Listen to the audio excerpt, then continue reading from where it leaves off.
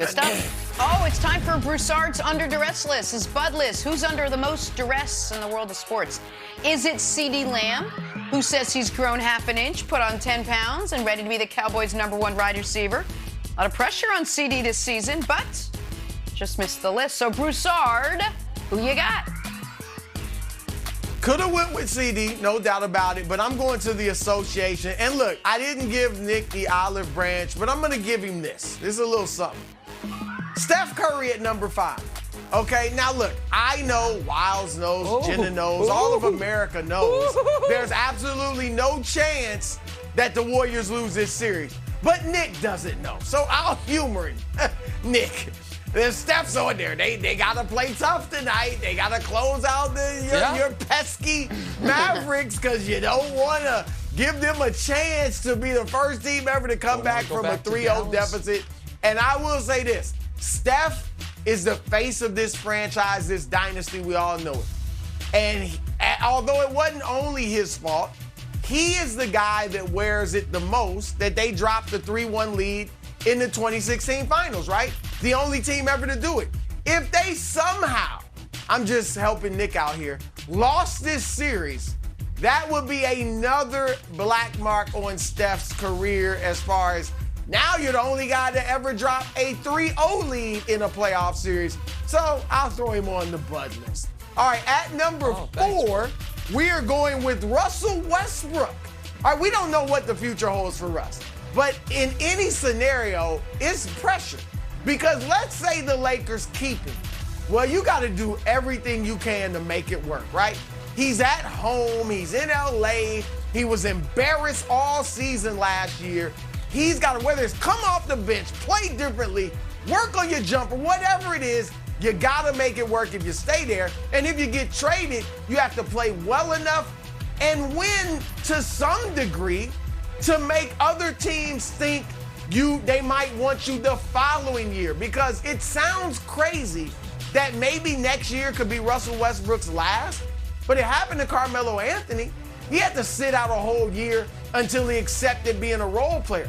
So Russ has to really be impressive next season wherever he is to keep his career going. Real talk. All right, at number 3, I'm going, Jenna, to the NFL. Tua. All right, now look, I do think people have written him off prematurely. He started a season and a half. Nick thinks he's garbage, which is ridiculous. All right, but now they put everything around you. We know you got Tyreek Hill, who's building up your confidence, saying you throw one of the best balls he's ever caught. He has played with Patrick Mahomes, of course. And you got Jalen Waddle, who was there. You got a great receiving core now. Mike Gesicki's a good tight end. They added Chase Edmonds to the running game, not to mention Sony Michel, Raheem Mostert. I mean, they have put a ton around Tua offensively. If he doesn't get it done this season, it is fair to wonder, when is he going to get it done? Is he going to do that anytime soon? Does he have the right stuff? So he's number 3.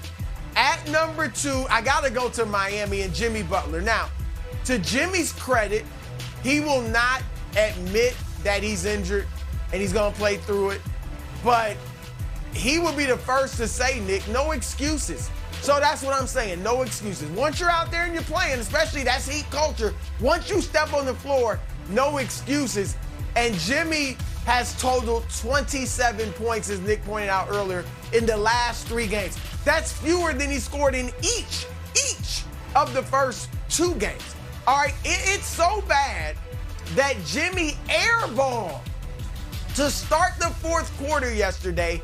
He airballed 2 shots. Look at that. Airballed a 3. I know he's not a good 3-point shooter, but my goodness.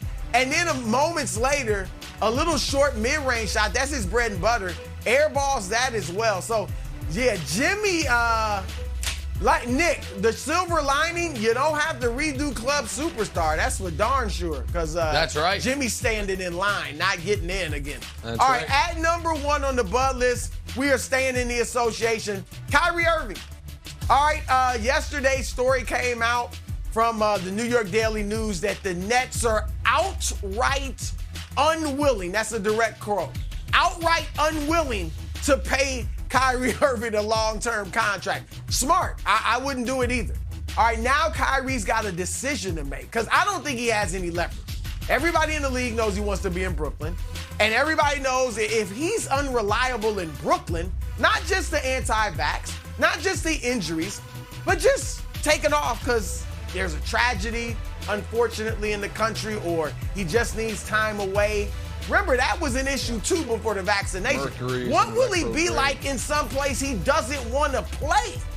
My goodness, how much time will he just take off when he's somewhere he doesn't want to be? Not to mention not playing with a great friend like Kevin Durant. So Kyrie, I don't think has much leverage, Nick. The teams with cap room, Detroit, San Antonio, Portland, Indiana, Orlando, I don't think they want him. I don't think he wants to go there. So I think he should opt in. Real talk, opt in, play on that last year. You could be good with Kevin Durant and Ben Simmons and Kyrie. They could make some noise. Go there, be a good soldier, play as much as you can next year. Don't make waves, just ball out. And then maybe they'll give you a long-term deal after that. So I think Kyrie's got a big decision. He's got about a month. He's got about a month to decide, am I going to opt out or not? So he's under pressure. We'll see what he does. Let's stay there because I think it's a great list. The fact that, the integrity of the Bud list evidently has more integrity than Broussard's regular takes because he put Steph on there. He knows this series is far from over. He put Tua on there. He knows Tua stinks. So there's a great Bud list. I don't even make any changes. I just want to talk about Kyrie Irving because Wilds, we know Kyrie does want to stay in Brooklyn. What we don't know is what he wants more than that is a long-term contract.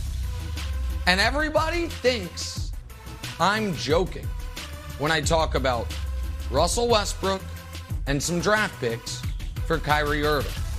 But and it started off as something of a joke, but now I think it is actually worth discussing in this regard.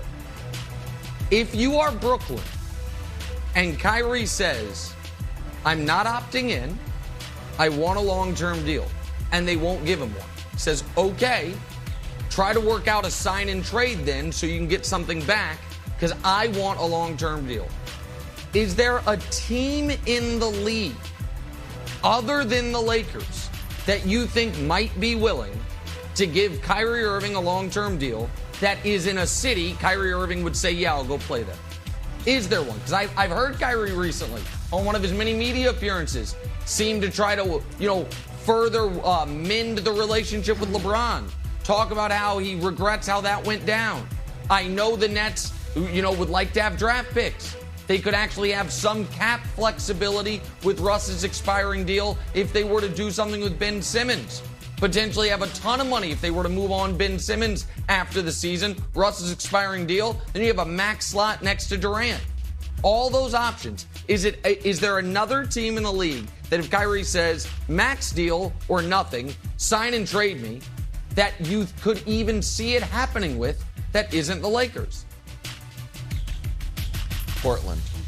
I think Chauncey and Kyrie could work. Portland. I think I'm always big on Dame would be better off with a new place. I think Dame and Kevin Durant would be fascinating with a little dose of Ben Simmons. So I think Kyrie that would be with great. Dame. And I think Kyrie Portland's got some new Kyrie for Dame.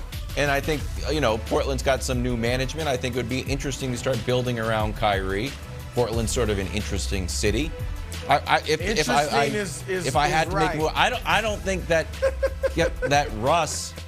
I don't think Sean Marks is making a move for Russ. I just don't. I think the Lakers are going to be stuck with Russ and try to make it work. Well, can I ask? Can I just ask about picks and cap? How open is Kevin Durant's window? You got to win now. I don't think that the Nets ownership has already moved on to the future. Brew, but do you think the Nets can let Kyrie walk for nothing? Can they deal with that? Or do they have to get something back? This. It's interesting, Nick, and I'll address both of you guys on this. Portland, whilst that deal would make a lot more sense, obviously, for Brooklyn than the Westbrook one. They love to get Dame. And I'm sure Durant, as much as he likes Kyrie, would probably be like, yo, we could do some work, me and Dame, right? But why would Portland do it? That makes absolutely no sense for Portland.